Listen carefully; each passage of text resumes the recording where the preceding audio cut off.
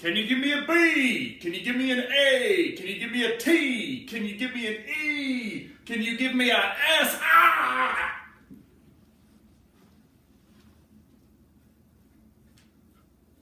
Hello again. You might be asking yourself two valid questions right now. One is, why is that guy having so much fun with this stuff? And two, what is my level of responsibility as a building admin or a coach for injuries during school hours on school grounds? And both are valid questions.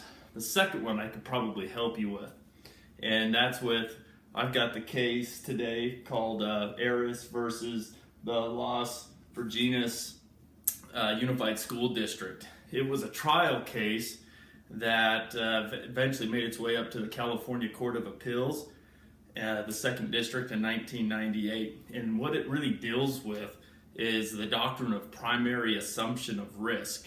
And this case specifically deals with barring cheerleaders' recovery for damages due to like negligence. So to kind of give you a little backstory on this, the plaintiff or the appellant, her name is Aaris. She was a sophomore cheerleader that injured her knee during a performance of a gymnastics stunt at cheer practice. So she and another cheerleader were kind of like doing this cradle stunt. I'm sure you all know what I'm talking about. They're the ones that toss up the gal. She comes down and they catch her. And the one that they toss up is called a flyer.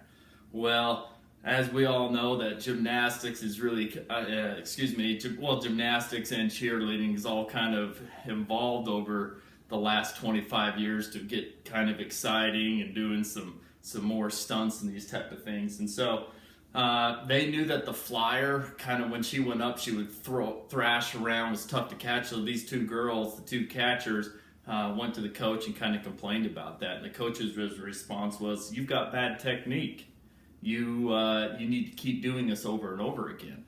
And so this was during practice indoors, and so they took the practice outdoors, and they went up to the coach and said, "Hey, we're not feeling comfortable doing this in front of other people. We don't want to do this." And the coach, the coach responded with, "Well, you should be doing it every single time."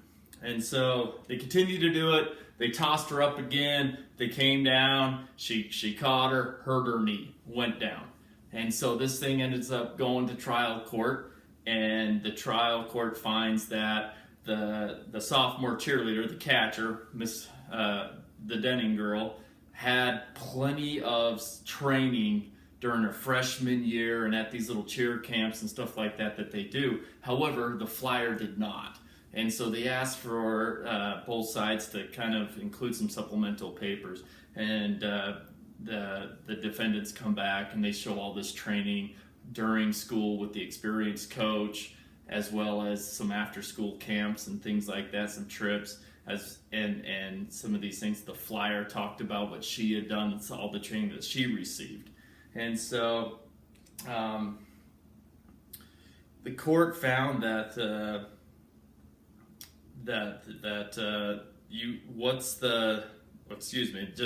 did the coach break the duty to breach the duty to protect Denning from injury? So is the coach or an admin, are they ensuring this child's safety? Well, there's certain benefits and burdens associated with these extracurricular activities, and that they are voluntary. And really what this assumption of risk, under this primary assumption of risk, the defendant has the duty to not increase the risk of injury, not decrease it. And so Denning knows full well, she knew full well that these stunts are tough on the body, can be a little bit dangerous, these type of things. And she signed up anyway, volunteered for it, continued to do it, did it for several months, and ends up taking an injury on these type of things.